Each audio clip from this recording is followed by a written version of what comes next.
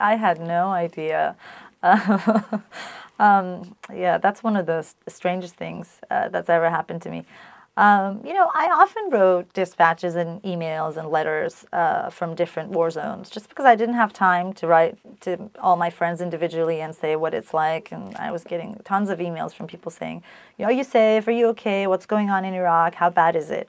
So I would put together, a few paragraphs or maybe a page or two of my impressions and email it to them. And I think this is what I did in September 2004, except things were really, really bad in Iraq. Security was deteriorating.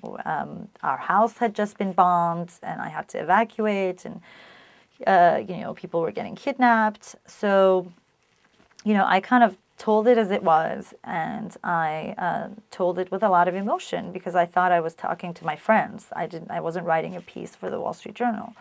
I sent it off, and I think about a few days later, my inbox had something like 176 emails from random people from around the world that I didn't know asking me if I had written this email. And so I was like, what's going on? How did this, get to different people? And then it was posted on blogs and on websites and printed across the world and different newspapers, and became this strange sensation.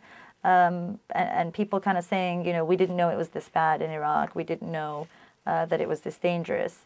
And what had happened was apparently most of my friends had forwarded the email around, and their friends had forwarded, and it just, went all over the place.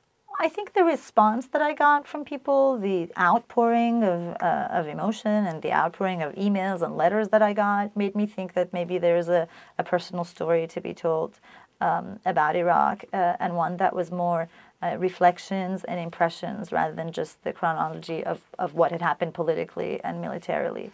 But to be honest, I also came under a lot of pressure after that email. There were the sort of far left saying, oh, the media censors the news, and, he was praising me for writing what I had thought, but also saying, oh, how come you don't say this in your published pieces?